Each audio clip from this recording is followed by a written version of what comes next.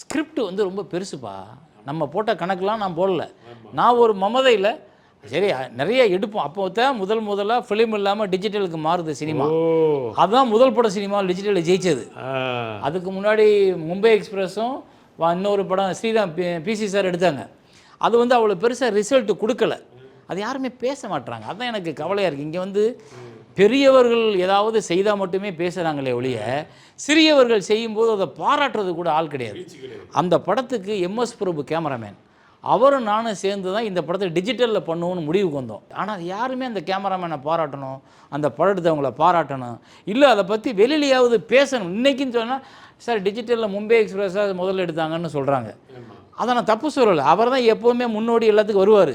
ஆனால் அவரே சொல்லணும், மும்பை எக்ஸ்பிரஸோட தவமாய் தவம் நல்ல ரிசல்ட் கொடுத்தாங்க, எம்எஸ் பிரபு நல்ல கேமராமேன், அவங்க இந்த ரிசல்ட் கொடுத்தது தான் இன்றைக்கி டிஜிட்டலில் நம்ம எல்லோரும் எடுக்க முடியும்னு நம்பிக்கையை கொடுத்துச்சுன்னு அவங்களே சொல்லணும். சொல்ல மாட்றாங்க.